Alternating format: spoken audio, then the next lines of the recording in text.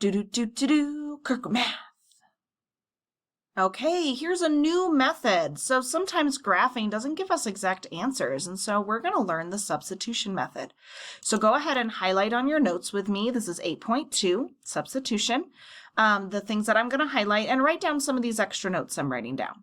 So the substitution method is a way to solve a system of linear equations by solving an equation for one variable and then substituting it into the other equation to solve for the other. So the first thing that you're going to do is solve for one of its variables. We want to get to the point where it says x equals something or y equals something.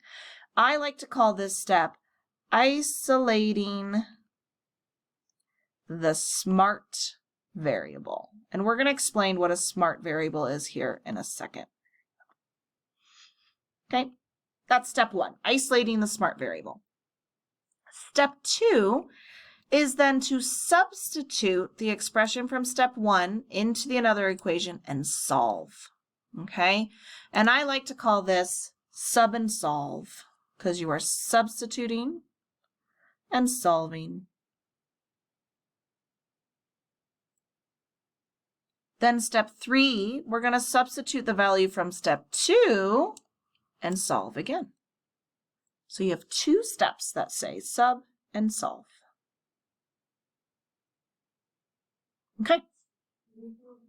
All right, so let's give this a try. It'll make more sense when we have an example, okay?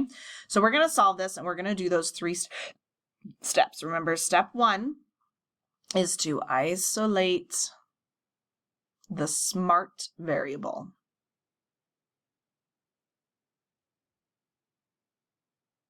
Okay, we're going to do that first. A smart variable is a variable that is easy to isolate, a letter that is kind of already on its own, and so all I have to do is probably one step to get it by itself. Not all equations have a smart variable, but most of the ones you see will. In both of these equations, they both have a smart variable of y because the y has no coefficient in front. It's already alone. The x's, they have partners. They've got -3 and 4. I would have to do two steps to isolate x, but y is already by itself. So I'm going to pick one of these equations. It does not matter which one, so we'll just start with the first one. And I'm going to do this first step to it, okay? So to isolate my variable, I am going to do -3x plus y equals 1. And I want to get the y all by itself. So this is actually very similar to writing the equation in slope-intercept form like we did previously, and there's a video on that if you need to go watch it. So I am going to go ahead and add the 3x to both sides or subtract the -3. And that's going to get me y by itself. And then I'm going to be left with 3x plus 1. That is my first step. Now I know that y is the same as 3x plus 1. Oh, and we didn't even talk about what substitution even means. So remember the word substitution. Think about it in real life. So if your teacher is sick, a substitute comes in and takes their place. If I'm ordering something from a restaurant and I ask them to substitute the mayonnaise for mustard, then the mustard will go in place of the mayonnaise. That's what substitution means, and that's what we're going to do too. We are going to take 3x minus 1 and replace the letter y in my equation so that I can solve it. Because right now I have two variables. I can't do anything with that. I don't know what x is or y is. But if I can eliminate one of those variables and replace it with something that's equal in terms of x, then I can solve because it'll only have x's in it. So that is our next step. So let me switch over here, and we're now going to do step 2. We're going to sub and solve. Okay, so I'm going to take -3x. Oh no, sorry, I have to take the other equation. So I am going to go ahead and take 4x plus y equals 8, and I am taking 3x plus 1, and I'm going to go ahead and replace y with this. So I'm rewriting my equation so that 3x plus 1 is substituted for y. It's replacing the letter y. So my new equation is 4x plus 3x plus 1 equals 8. Okay, so again, this right here used to be y, but I just replaced it. Okay, that is the substitution part. Now I have to solve. So when we are solving, we need to remember from a long time ago, don't call me after midnight. Don't call me after midnight. That tells us those steps to solving equations where we're going to distribute first. If there's distributive property, we're going to distribute. Didn't spell that right, but we're going to distribute first. Then we're going to combine like terms.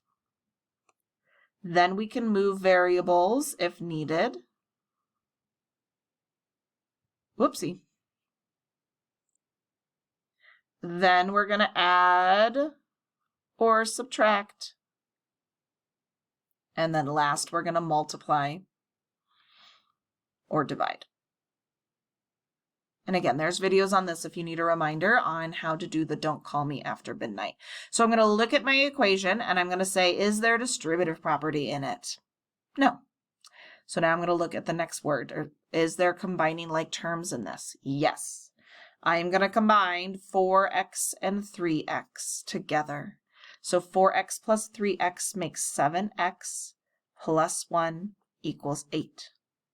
Now I can go ahead and check and see, am I moving any variables? No.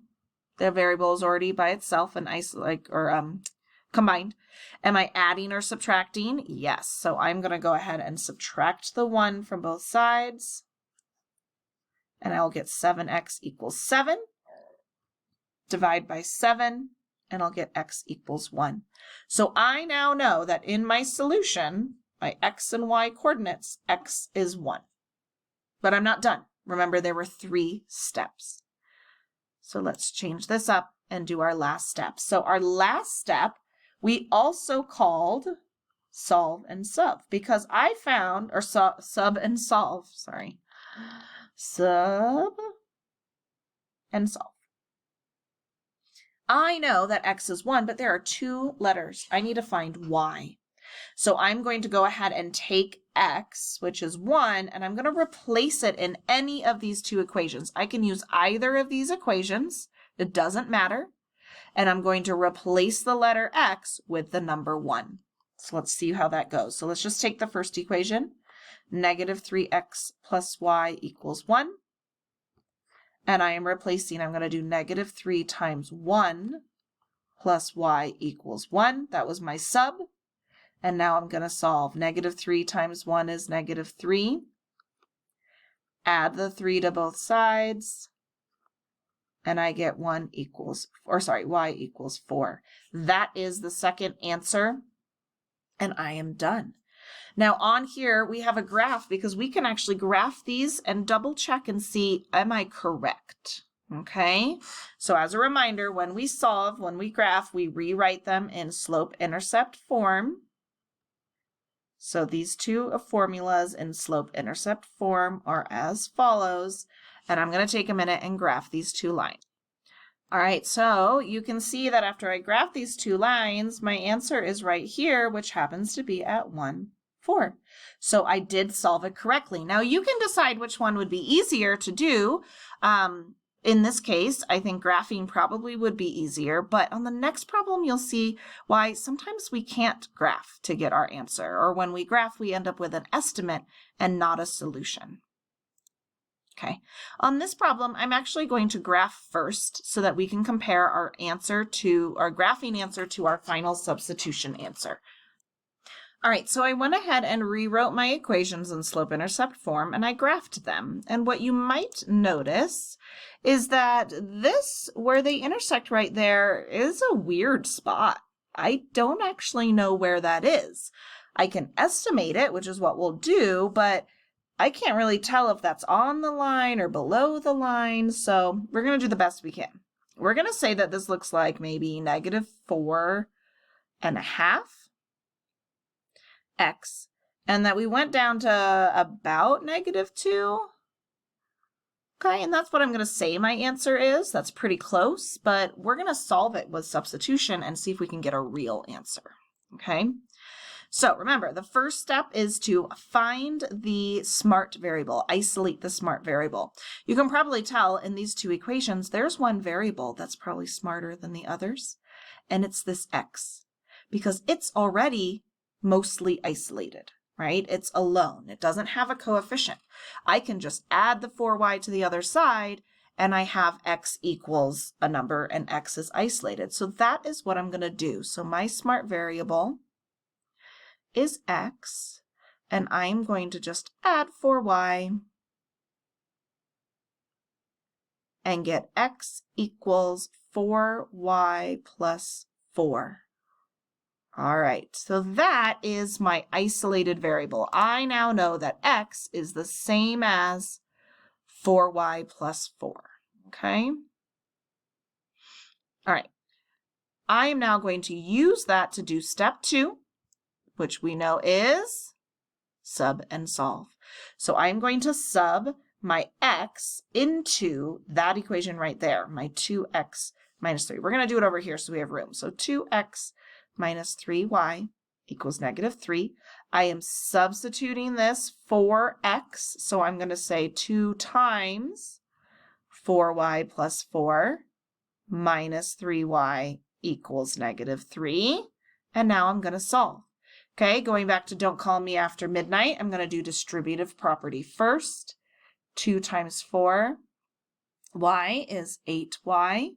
2 times 4 is 8. And the rest stays the same. Okay, I am now, again, don't call me after midnight. The C is for combining like terms. So we're going to go ahead and take 8y and minus 3y, and we're going to put them together to make 5y plus 8 equals -3.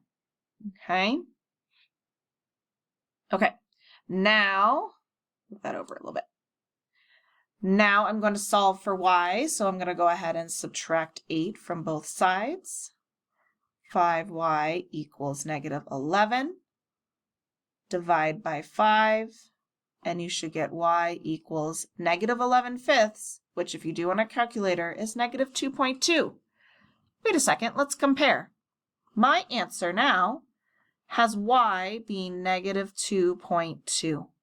Is that the same as what we got when we graphed? No. It's really close. It's a good estimate, but this dot is technically 2/10 below that line, but that's really hard to tell when graphing. So substitution is really helpful when we're trying to get an exact answer. All right, let's finish our exact answer. We're going to do the last step here, which is sub and solve again. I know what y is, but what is x? So we're going to take one of these equations and solve for x. Okay, so I'm going to go ahead and take the first equation. Remember, it doesn't matter which one on this step I use. I'm going to replace y with -2.2. 2.2. And I'm going to solve. X minus 4 times -2.2 is positive 8.8 minus 8.8 from both sides. And I'm going to get x equals -4.8. All right. Again, is that what we got in our answer when graphing? No, we were pretty close. We were about -4.5. Again, it's a good estimation, but our actual answer is this one right here.